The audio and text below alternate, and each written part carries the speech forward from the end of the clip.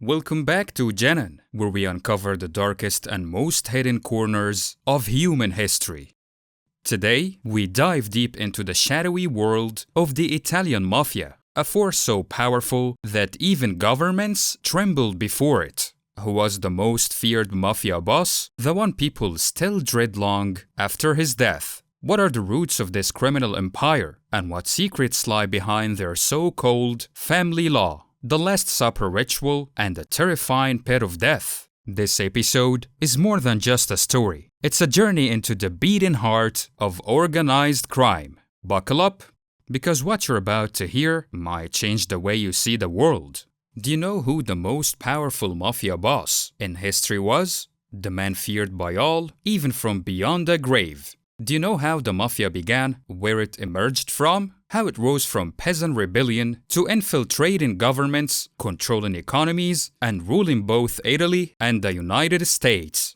Do you know what they actually do, how rich they really are, or what dark laws bind them together, laws that are never written but ruthlessly enforced? In 1969, Italian author Mario Puzo released a novel that shook the criminal underworld, The Godfather, a story that exposed the hidden world of mafia families. The mafia wasn't pleased. Worse still, Paramount Pictures decided to turn the novel into a film. This infuriated the crime syndicates even more. But instead of violence, a meeting was arranged. The filmmakers explained that the movie would show the true image of the mafia, not the Hollywood stereotype. To everyone's shock, the mafia agreed. And for the first time in film history, a private screening was held, not for critics or celebrities, but for mafia bosses themselves. They watched. The creators held their breath, and when the film ended, the mobsters applauded. The Godfather went on to sweep the Oscars and became a cinematic legend. Marlon Brando even received a call from a real mafia boss who told him, "If you hadn't acted so brilliantly, I would have made you an offer you couldn't refuse." But this tale doesn't begin in Hollywood. It begins in 19th century Sicily, a land ravaged by foreign rule and poverty. Secret groups formed to protect farmers, but quickly transformed into what we know now as the Mafia.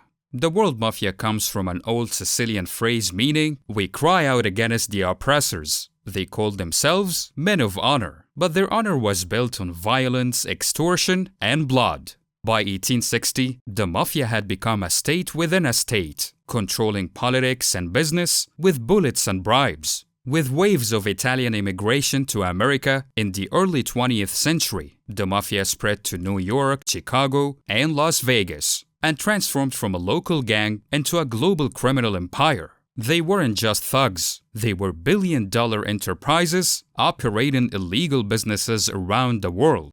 Drugs, weapons, gambling, prostitution, contract killings, and extortion. They controlled 80% of the global drug trade, ran the biggest casinos, and trafficked in weapons and human lives. And to clean their dirty money, they used money laundering, investing in restaurants, hotels, and even charities. A small army of lawyers worked night and day to turn crimes into legal operations. But nothing defines the mafia more than its infamous family law, a sacred code that isn't written down, but obeyed without question. When a new member joins, he cuts his finger, bleeds onto the image of a saint, then burns it in his hand saying, "Let my soul burn like this picture if I betray the family." From that moment on, this body belongs to the mafia, and his death can come at any moment. Among the many unwritten laws of the mafia, Omertà, the law of silence. Never speak to the police no matter what. Torture, prison, or even death, silence is sacred.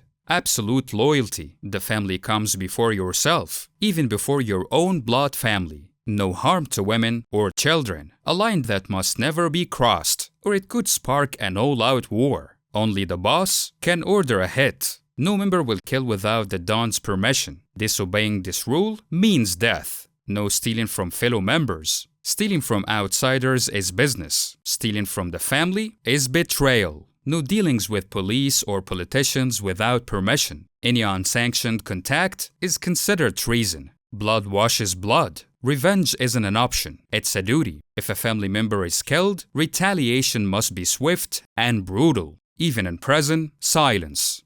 confessing, testifying, or betraying the family from behind the bars equals a death sentence. The Mafia is divided into families, each ruling different territories. Among the most powerful, Gambino family dominated New York's drug trade. Genovese family, infamous for their brutality and mass killings. Lucchese family, specialized in gambling, adult clubs, and prostitution. The most legendary of all, Al Capone, who ruled Chicago with an iron fist from 1920 to 1933. His empire earned $100 million in 1929 alone, mostly from illegal alcohol. He orchestrated the infamous St. Valentine's Day massacre, killing 7 rival gang leaders in cold blood. The world was celebrating love, but Al Capone celebrated with bullets. The massacre made him a legend, a ghost feared long after his death. The only man to rival that fear was Pablo Escobar. The Mafia's rituals are bone-chilling. One was the death pit, a hole filled with sulfuric acid used to dissolve enemies or traitors alive.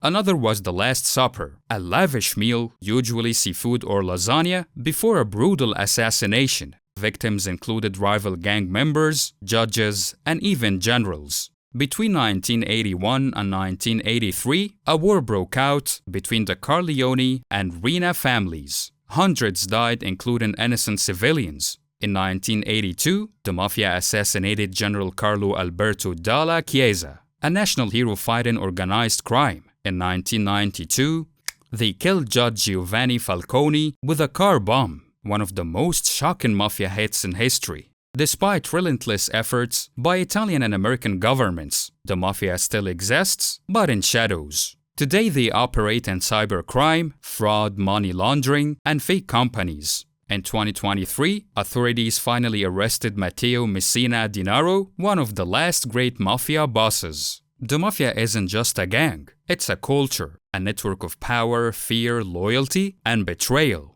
Its golden age may be over, but the legend of Cosa Nostra, this thing of ours, still lingers. Will the Mafia ever truly disappear, or do monsters simply change their shape? Let us know in the comments. And if you enjoyed this episode, don't forget to like, subscribe, and hit the notification bell. Stay safe, and see you in the next episode of Genin.